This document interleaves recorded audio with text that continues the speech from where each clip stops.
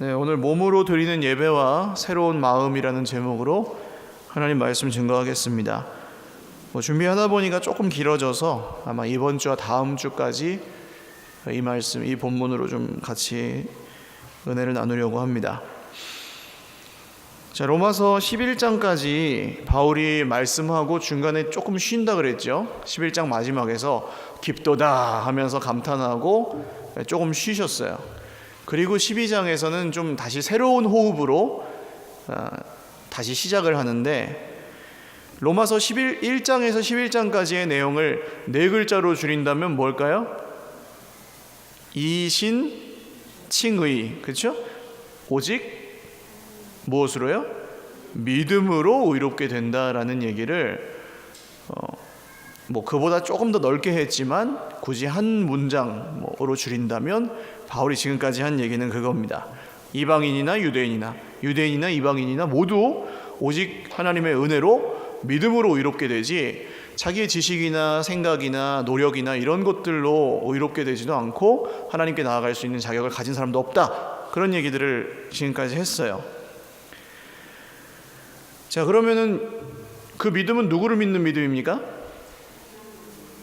누구를 믿어요? 우리를 위하여 죽으시고 부활하신 예수님을 믿죠. 그런데 세상 사람들에게 예수님을 믿으면 구원을 받는다고 얘기하면 사람들이 잘 그걸 받아들이나요? 안 받아들이나요? 보통 받아들이는 사람도 있지만 대부분의 사람들은 안 받아들이는 사람들도 많습니다.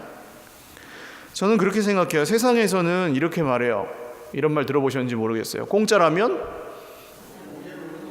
그냥 척하면 척이세요. 양잿물을 왜 마셔요? 근데 공짜라면 마신대요. 그러니까 세상에서는 모든 사람이 다 공짜를 좋아하는 건 아닌데, 세상에서는 보통 그렇습니다. 공짜라면 양잿물도 마신다 하는데, 하나님의 은혜는 거저 주신다고 해도 사람들이 잘 받아요, 안 받아요? 안 받아요. 이상하죠? 이게 좀 극단적으로 표현하면 은혜는 공짜로 주시는 선물인데 그거를 그냥 받으면 된다고 하는데 안 받아요. 왜 그런지 제가 곰곰이 생각을 아무리 해봐도 이게 왜 그럴까라고 생각하면은 이유를 잘 모르겠더라고요. 분명히 누가 선물로 이렇게 음식을 갖다 주고 그런 거 정도는 공짜로 받는 거 고맙다고 하고 받는데, 하나님이 은혜로 구원을 주신다고, 생명을 주신다고 하면 그걸 안 받아요, 사람들이. 왜 그럴까? 왜 그런 것 같으세요? 자, 우리는 받았어요. 할렐루야. 받으셨어요? 안 받으셨어요? 보통 받으신 분들이 여기 매주 나오죠. 그거를 은혜로 주신다니까 오케이, 내가 받을게요 하고 받은 사람들이 여기 나와요. 그런데 여기에 계신 분들은 대부분 지식으로 알든 마음으로 알든 적게 알든 많이 알든 그 은혜를 받으면서 무엇을 인정하냐면 자기가 죄인이라는 것을 인정합니다. 스스로 자기를 구원할 능력이 있어요, 없어요? 없다는 것을 인정한 사람들이 예수님을 믿고 하나님의 은혜를 받는다고 하는 사람들이에요. 그렇죠? 그러니까 우리 힘으로 못하니까 하나님이 은혜로 구원해 주세요 하고 받은 거잖아요. 그러니까 우리는 하나님이 아무 값 없이 노력 없이 뭔가 더 지불할 대가 없이 우리를 구원하셨다고 하면 감사를 해요. 그런데 내가 나름대로 뭔가 이루고, 내가 뭔가 나름대로 가지고 있고, 내가 뭔가 노력해서 알고 하는 분들일수록 오히려 어떻습니까? 은혜라는 것을 불편하게 여긴다는 거예요. 예수님 시대에 대제사장들, 바리새인들, 율법학자들, 서기관들, 이런 사람들이 그랬습니다. 다 알아요. 성경을 줄줄줄줄 막 모세오경을 외우는데 하나님이 은혜로 아들을 보내셨다는 이것은 안 받아요. 못 믿는 거예요. 왜냐? 내가 해서 받는다고 생각을 하고 싶은 거예요. 내가 잘해서 받고 내가 자격이 있어서 받는 게 편하지, 내가 어느 정도 대가를 지불하고 받는 게 편하지, 그냥 받으면 뭔가 지는 것 같은 거예요. 왜 이렇게 됐는지 아십니까? 아담과 하와가 선악을 알게 하는 나무의 열매를 먹을 때 뱀이 뭐라고 하나요? 이것을 먹으면 정령 죽지 아니하고 어떻게 된다 그랬어요? 눈이 밝아져서 하나님처럼 될 거다. 그 말 그대로 된 줄 믿으시기를 바래요. 하나님처럼 됐어요. 그래서 하나님하고 관계에서 기싸움을 하는 관계가 돼버린 거예요. 자기가 하나님하고 이 관계에서 지고 싶지 않은 거예요. 떳떳하게 줄 거 주고 받을 거 받는 존재가 되고 싶은 게 인간의 본능인 겁니다. 그래서 대가를 지불하고 얻어내는 걸 훨씬 편해해요, 은혜보다. 그 하나님 되기를 스스로 포기하기 전에는 예수 그리스도의 십자가를 믿을 수가 없습니다. 그래서 회개하여 믿음에 이르죠. 회개하고 믿어야 되죠, 복음을. 이런 어떤 공로와 노력과 나의 떳떳함과 그런 것들을 버리지 않고 성경을 보면 이렇게 보게 됩니다. 바울은 그렇게 위대하고 참 떳떳하고 하나님 앞에서 부끄럽지 않게 살았으니까 이런 얘기를 할 수 있다, 그렇게 보시는 거예요. 그리고 이 말씀을 그 순간 어떻게 되냐면, 이 말씀은 그냥 믿음 좋은 어떤 사람들에게만 효과가 있고 상관이 있는 것으로 오해해 버린다는 겁니다. 나같이 평범한 사람한테는 이거는 그냥 별로 와닿는 얘기가 아니고 구름에 떠 있는 얘기고, 정말 믿음이 좋고 그런 어떤 사람들, 대단한 사람들에게만 이 말씀이 의미가 있다 라고 쉽게 생각해 버리는 거예요, 그럴 때. 그런데 바울이 그렇게 위대하고 떳떳한 사람이었습니까? 바울이 어떤 사람이었어요? 스데반을 죽일 때, 스데반이 돌에 맞아서 죽을 때 바울이 뭐라고 생각합니까? 아이, 그놈 참 잘 죽었다. 그런 분이 바울이었어요. 자, 만약에 바울이 나중에 회심하고 나서 교회에 돌아왔는데 스데반의 가족들을 만났다고 생각해 보세요. 스데반의 가족들이 바울을 어떻게 생각했을까요? 처음에 그 훌륭한 스데반의 가족이니까 그 누구죠? 우리 사랑의 원자탄 손양원 목사님처럼 그냥 다 용서하고 바울을 잘 받아줬을 거다, 그렇게 생각하세요? 저는 아니었을 거라고 생각합니다. 아버지의 원수, 무슨 낯짝으로 교회에 얼굴을 들이미냐, 그랬을 거예요 아마.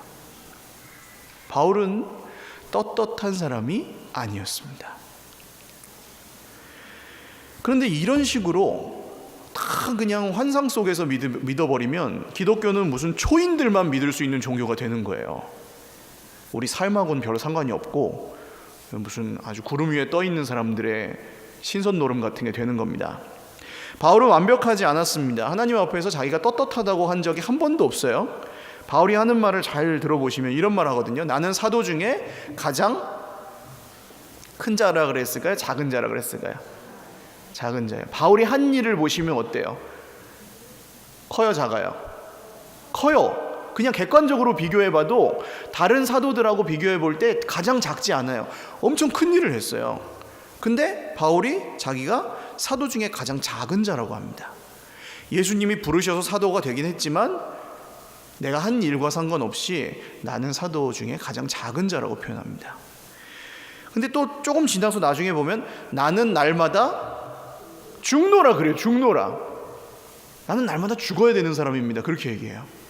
아니, 그 정도 되는 사람이 뭘 죽어요. 이제 그만 죽고 그냥 좀 자랑도 하고 이렇게 좀 멋지게 살면 되지 왜 날마다 죽는데요, 꼬질꼬질하게. 또 조금 더 나중에 보세요. 디모데 전서 같은 성경을 보면 나는 죄인 중에 괴수라 그래요. 괴수라. 그냥 죄인도 아니고 죄인 중에 따봉이다 그래요. 점점 이 사람이 말하는 게 자기가 얼마나 하나님 앞에서 떳떳하지 않은지를 더 깊이 표현합니다. 이해가 가세요? 아니, 예수를 믿으면 점점 좋아져야지 왜 이 사람은 점점 자기를 그렇게 낮출까? 왜 그랬을까요? 바울이 예수를 믿어도 별로 소용이 없어서 그랬을까요? 안 변해서 더 악해져서 그렇게 말하는 걸까요? 아닙니다. 이게 하나님의 은혜를 받은 정상적인 사람의 모습이에요. 하나님의 은혜를 받는 사람은 점점 더 자랑할 것이, 자기에게는 자랑할 것이 없고, 할렐루야, 예수 그리스도의 은혜만 자랑하게 되는 줄 믿으시기를 바랍니다. 나의 자랑을 위해서 살지 않고 예수님을 자랑하기 위해서 어떻게 하면 예수님을 좀 더 잘 자랑할까 하면서 산다는 거예요.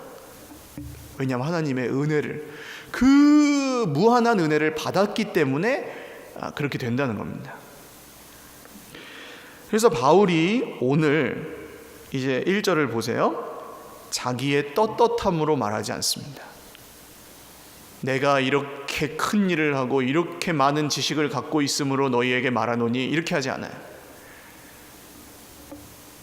나름 떳떳하셨잖아요. 바울은 고생도 많이 하셨고 애먼 무슨 억울한 일들도 엄청나게 많이 당했어요.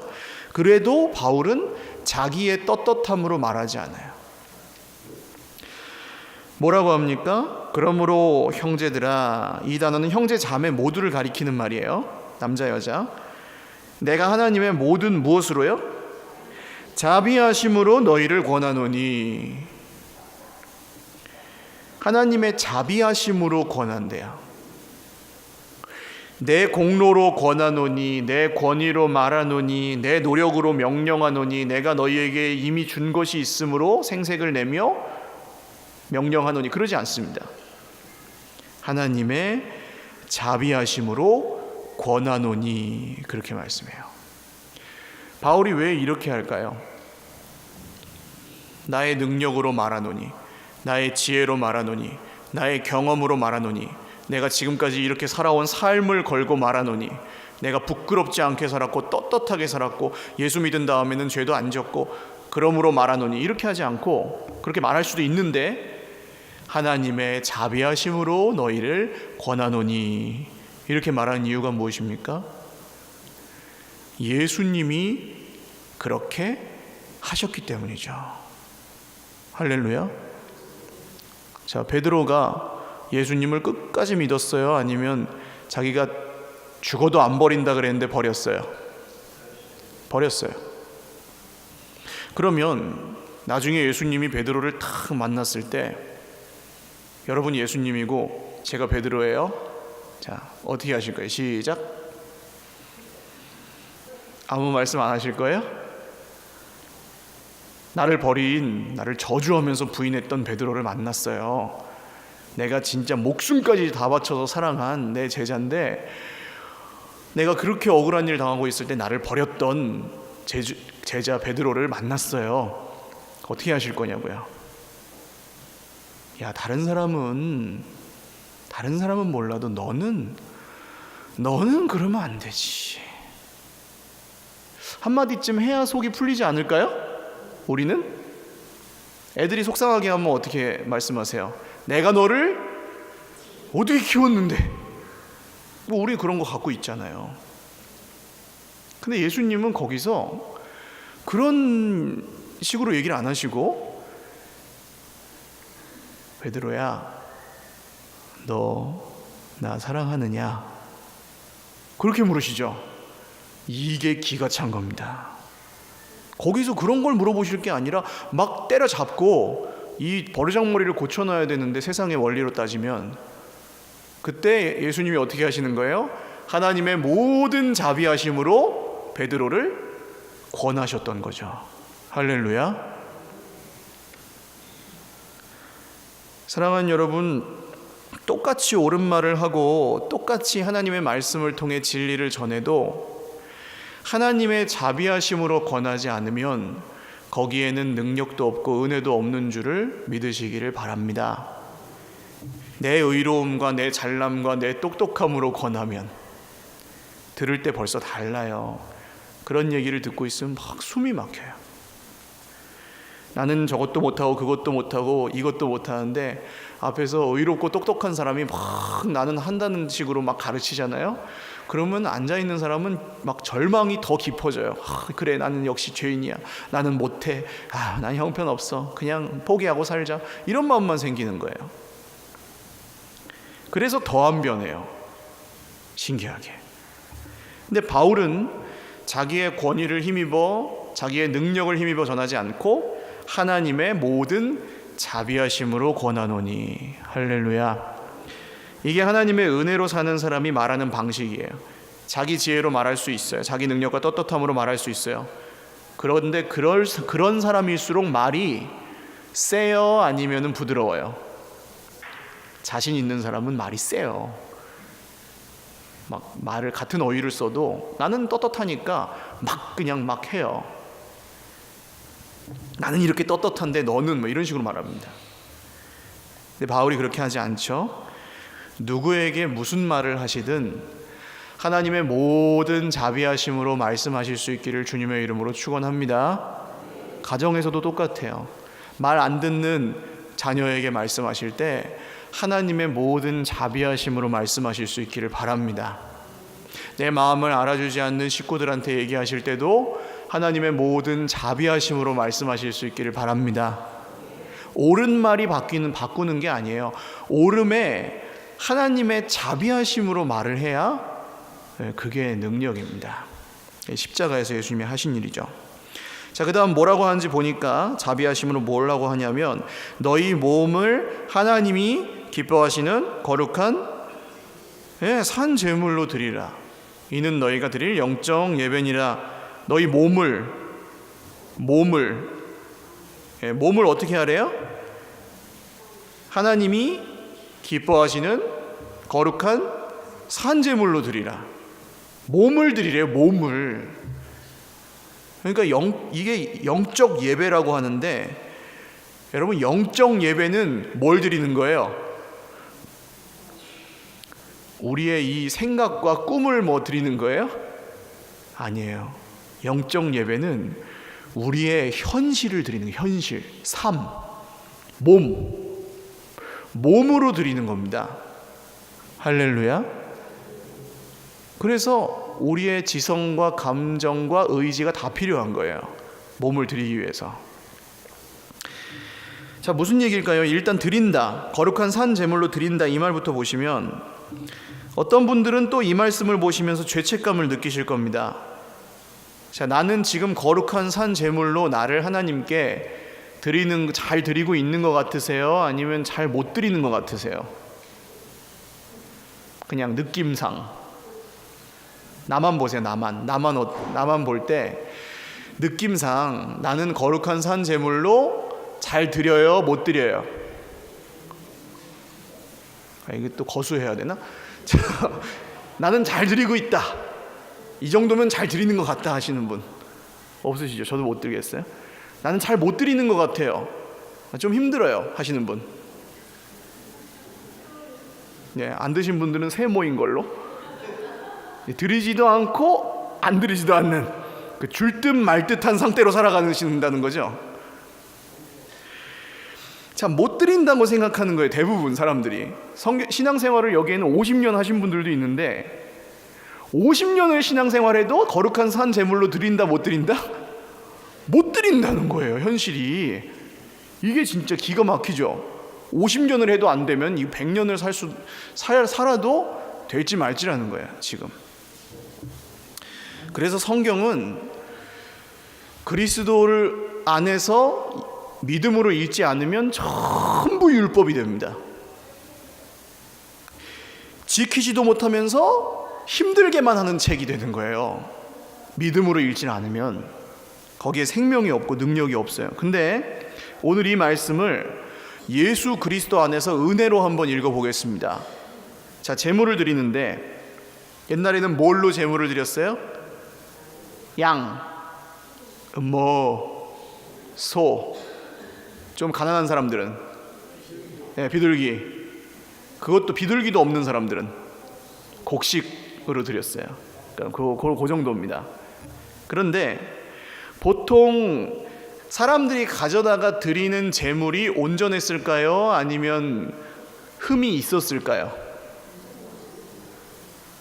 고르고 골라서 가져와도 이게 여행을 어떤 사람은 아프리카로부터 예루살렘으로 오고 사실은 집에서 키운 걸 가져와야 되거든요. 자기 실제 키운 거. 근데 염소를 이렇게 양을 이렇게 질질 끌고 오다 보니까 애가 발을 삐끗했어요. 그럼 그 다음부터는 양이 잘 걸어요? 못 걸어요? 못 걸어요. 절어요. 저는 것을 드리면 돼요? 안 돼요? 안 돼요. 그러니까 사람들이 어떻게 했냐면 집에서 기른 걸 안 갖고 오고 성전에 와서 어떻게 해요? 네, 구입했어요. 돈을 내고. 그래야지 흠없는 걸 드리니까. 거기서 이제 장사하는 사람들이 있었던 이유가 그래서 그렇습니다. 흠없는 걸 드리려고. 자, 자기 집에서 키운 걸 갖고 오다 보면 더러워질 수도 있고 다칠 수도 있고 넘어질 수도 있고 뭐 그래요. 그러니까 온전하지 않아요. 제물이 보통 아무리 온전해도 뭔가 찾으면 흠이 있어요. 그러니까 거기 샀죠. 그 다음 이 사람이 만든 제단, 번제단, 그 태우고 막 피 뿌리고 하는 거기, 그 제단은 이 쓰다 보면 낡아질 수 있을까요? 없을까요? 있죠. 잘못 이렇게 제사장이 발을 헛디뎌 가지고 거기서 콱 넘어졌는데 그 부분이 찌그러질 수 있을까요? 없을까요? 있어요. 제단도 온전하지가 않은 겁니다. 제사장들은요, 제사장이 입는 옷, 제사장들은 거룩한 옷을 입어야 됐거든요. 예복을. 근데 그 예복을 아무리 잘 준비를 해도 그 옷도 그렇지만 제사장의 속도, 이게 하나님께 드리는 그 거룩한 예배를 드릴 만한 어떤 자격이나 상태를 늘 잘 준비를 했을까요? 못했을까요? 완벽하게 자기들이 못했어요. 하나님께 제사를 드리는데 제물도 제단도 제사를 드리는 사람도 제사장도 모두 온전하지 거룩하지 않았어요. 오늘 우리가 거룩한 산 제물로 드리지 못하는 것과 그때 제사와 똑같아요. 그런 면에서. 그래서 그렇게 온전하지 않은 것을 어떻게 했냐면 피를 뿌립니다. 피를. 제물을 죽여서 잡아서 그 피를 제단에다가 뿌려요. 제사장들이 입는 옷에다가도 뿌려요. 그래서 그 피를 뿌려서 거룩하게 구별을 했다, 이렇게 성경에 쓰여 있잖아요. 자, 제물을 죽일 때는 어떻게, 돼지나 소 잡는 거 보셨어요? 시골에서 옛날에? 어떻게 합니까? 예, 목을 일단 따고. 그러면은 돼지가 뭐라고 하는지 아세요? 꽥! 돼지 멱 타는 소리. 진짜 무서워요. 근데 저 어렸을 때 한 번 봤는데 진짜 무섭더라고요. 죽지도 않아요. 금방. 덩치가 큰 돼지일수록 금방 안 죽어요. 피가 어느 정도 빠져야 죽어요. 그냥 내버려 두더라고요. 그 다음에 다 죽으면 이렇게 각을 뜬다 그러죠. 이렇게 배를 가르고 이렇게 벌려 놓습니다. 그리고 피와 내장과 이런 것들을 다 이렇게 해서 제거하고 쓸 때 쓰고, 뭐 끓여 먹을 건 끓여 먹고 그렇게 하죠. 그렇게 죽인 제물이 아름다워요? 아니면 좀 그래요? 지금 생각하시면 이거 하면서 제사를 드리면서 사람들이 내 죄가 씻어진다, 깨끗하다 그랬을까요? 좀 무섭다 그랬을까요? 무서운 광경이에요. 이건 거룩한 것은 그렇게 아름답지 않을 수 있다는 겁니다. 아름답지 않았어요. 세상의 기준에서는. 그러면 이제는 우리가 거룩한 제물로 드려진다는 뜻은 무엇입니까?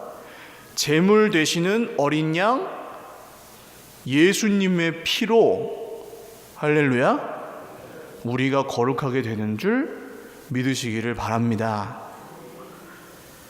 예수님의 피로 구별된 사람들이 거룩한 거지, 자기가 열심히 노력해서 자기를 깨끗이 씻는다고 거룩해지는 게 아니라는 거예요. 그래서 우리를 뭐라고 부릅니까? 아무개 무슨 님? 두 글자. 성도님. 옆에 계신 분 보세요. 성도예요, 아니에요? 7살, 여기 8살, 9살짜리들도 있어요. 성도 아니고 꼬맹이에요? 아니면 성도예요? 성도예요. 왜요? 예수 믿자마자 왜 성도예요? 예수님을 믿고 좀 성자가 되고 완벽해지는 인격이 좀 있고 말도 좀 지혜롭고 아름답게 하고 그래야 성도지. 왜 예수 믿자마자 성도예요? 그게 이 얘기입니다. 예수님이 피로 값주고 사신 사람은 그 순간, 그때부터 이미 거룩한 산 제물이 되는 거예요. 할렐루야. 자기가 노력해서 되는 게 아니고. 이제 우리가 누구 거예요? 피로 값주고 사셨어요, 아버지가. 아들의 피로.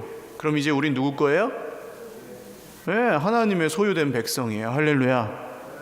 그러니까 내가 노력해서 힘을 기울여서 앞으로 그렇게 되게 만들라는 게 아닙니다. 이들이라는 말은 예수님이 피로 값주고 샀어요. 이제 다시는 전에 주인 노릇하던 다른 것들이 주인 노릇하게 놔두지 말라는 얘기예요. 그분이 샀으니까. 할렐루야. 이전에는 그럴 수 있었어요. 눈에 보이는 게 전부인 것처럼 생각하고 살고 사람이 말하는 게 전부인 것처럼 믿으니까 그 말에 막 내 마음이 막 사시나무 흔들리듯이 흔들리고, 내가 한번 오해하면 자존심 때문에라도 내가 잘못됐다는 걸 알아도 안 바꾸고 막 자기가 잘못했어도 더 신경질 내고 막 한번 억울하고 기분 나쁘면 막 그냥 배지르고 하면서 살았어요. 예수 믿기 전에는. 그랬을지라도 이제는 예수님을 믿은 다음에는 이 몸이 누구 거라고요? 네, 하나님 거라고요. 할렐루야. 아들 예수님의 피로 값주고 사신 하나님의 것이 된 줄로 믿으시기를 바랍니다. 내 거면 내 마음대로 해도 돼요, 안 돼요? 내 거면 내 마음대로 하셔도 돼요. 그러니까 만약에 예수를 믿고 교회를 다니는 사람이 내 마음대로 살면 살수록 뭘 보여주는 겁니까? 내가 예수님을 얼마나 주인으로 인정을 안 하는지를 보여주는 거예요. 자기 마음대로 살면. 세상 사람들은 그렇게 살아요. 어떤 면에서는 자기가 그렇게 살아서 망가지고 자기 인생이 불행해지고 자기 주변의 관계들이 깨어지는 걸 보면서도 알면서도 계속 고집 부리고 살아요. 나는 원래 이렇게 생겨 먹었어 그러면서. 근데 예수님의 사람들은 이제 이 말을 하지 않습니다. 나는 원래 이렇게 생겨 먹었어도 그런 말 하지 않아요. 왜요? 나는 원래 이렇게 생겨 먹었을지라도 하나님에게서 떨어져 있을 때 이제는 십자가에 죽으신 주 예수님이 그 피로 나를 거룩하게 하셨기 때문이에요. 할렐루야. 그래서 새로운 피조물이 됐다고 고백할 수 있는 겁니다. 자, 구별하셨어요. 깨끗이 씻어가지고 드릴 준비를 다 해놓으셨어요. 누가요? 예수님이 이걸 십자가에서 하신 줄로 믿으시길 바랍니다. 소유권 이전이 끝났어요? 안 끝났어요? 아까 드릴 듯 말 듯 세모였던 분들께 여쭤봐야 되겠다. 소유권 이전이 끝났어요? 아니면 진행 중이에요? 소유권 이전은 끝났어요. 할렐루야. 피로 값주고 샀으니까 그걸 믿으면 소유권 이전은 끝났어요. 근데 그 사실을 믿지 않는 사람은 안 드리는 거고 믿는 사람은 드리는 게 아깝지 않은 겁니다. 쉽죠? 자, 여러분, 드릴 것이 없어서 못 드린다, 시원찮아서 못 드린다, 드릴만 하지 않아서 못 드린다, 전부 틀렸습니다. 이건 틀린 거예요. 드릴만 하지 않아도 아들 예수의 피로 값주고 거룩하게 하셨기 때문에 드릴 수 있는 줄 믿으시기를 바랍니다. 우리 예배는 그런 거예요. 지난주에 잘 살았다고 막 앞에서 떳떳하게 나팔 불면서 드리고 못 살았다고 막 이렇게 드리는 게 아니에요. 아들 예수의 피로 값주고 사셨기 때문에. 자, 이걸 믿는 사람, 결론입니다. 이걸 믿는 사람, 이 사실을 믿는 사람들은 어떻게 살까요? 공통점이 한 가지 있습니다. 잘 변하는 사람도 있고 천천히 변하는 사람도 있는데, 이 사실을 믿는 사람들이 살아가는 어떤 방식이, 공통된 방식이 하나 있어요. 그게 뭘까요?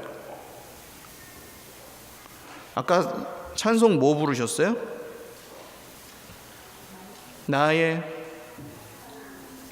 사랑하는 책. 아니, 그런 책 보셨어요? 책을 샀는데 내가 이 책을 너무 사랑해요. 무슨 소설책을 하나 샀는데 삼국지를 읽었는데 내가 삼국지를 너무 사랑해요. 저는 삼국지를 어렸을 때 한 100번도 넘게 본 것 같아요. 100번 넘게 봤어요. 정말 거의 달달 외웠어요. 근데 제가 삼국지를 사랑하지는 않아요. 지금도. 제갈공명 아시죠? 제갈공명이 죽는 장면을 볼 때마다 전 울었어요. 너무 이입해가지고. 근데 삼국지를 사랑하진 않아요. 이 세상 책 중에 내가 사랑한다고 고백할 수 있는 책이 있으세요? 없으실 겁니다. 오직 이 책밖에 없어요. 이 책에다가 사랑한다는 말을 하면은 근데 맞아요. 왜 그렇습니까? 이 책에 그분이 우리를 향한 사랑을 담아 놓으셨기 때문이에요. 돌아가신 아버지의 일기장 같은 거예요. 나를 위해 죽으신 주님의 마음이 여기 적혀 있으니까 우리가 이 책을 보면서 울기도 하고 웃기도 하고 감사하기도 하고 사랑하기도 할 수 있는 겁니다. 그래서 이 사실을 믿는 사람들은 성경을 사랑해요. 할렐루야. 억지로 보는 거하고 기독교인의 의무로 하는 거하고 성경을 사랑하는 것은 완전히 다릅니다. 이거는 율법이고 이게 복음이에요. 지지난주에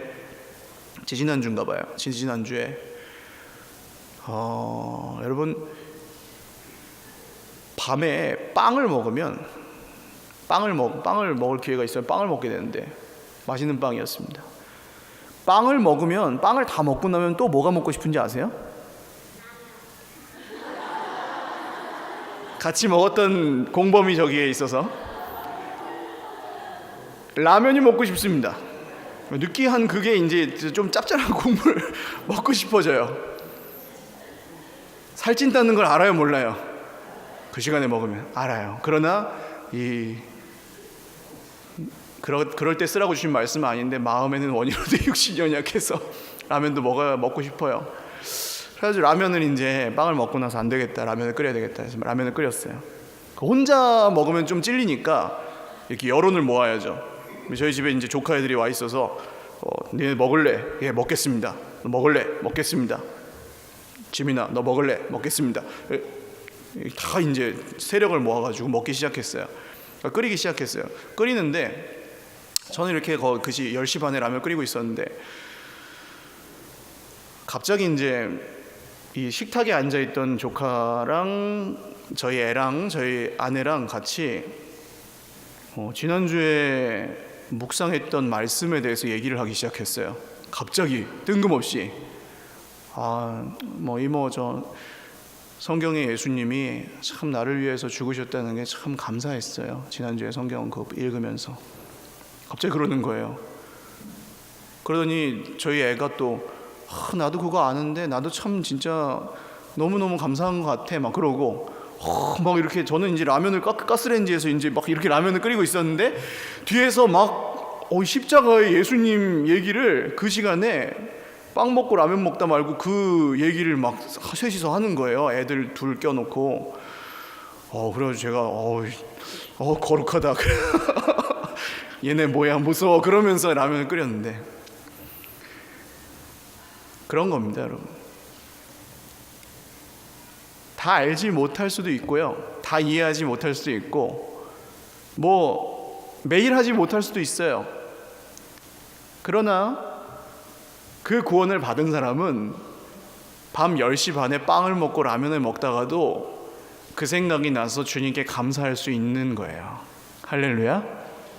그때 그 말씀에 대해서 얘기할 수밖에 없는 거예요. 진짜 내가 좋았고 내가 감사했으니까. 우리 교회에 있는 모든 만남마다 모임마다 관계마다 이 말씀의 은혜가 흘러 넘치는 은혜가 있으시기를 주님의 이름으로 축원합니다. 그리고 거룩한 산 제물로 우리를 서로를 함께 드리는 그 여정에서 끝날까지 승리하실 수 있기를 주님의 이름으로 축원합니다. 우리 잠깐 기도하겠습니다. 한 1, 2분간만 기도하실 때 하나님, 내가 거룩하지 않은 것 같아서 못 드린다고 생각하고 내가 자격이 없어서 못 드린다고 생각했는데 은혜로 읽고 믿음으로 읽으니 드려도 되는 줄로 믿고 이제는 부족하지만 드리고 연약하지만 드리고 다 알지 못하지만 드리고 완벽하지 못할지라도 드리며 살겠습니다.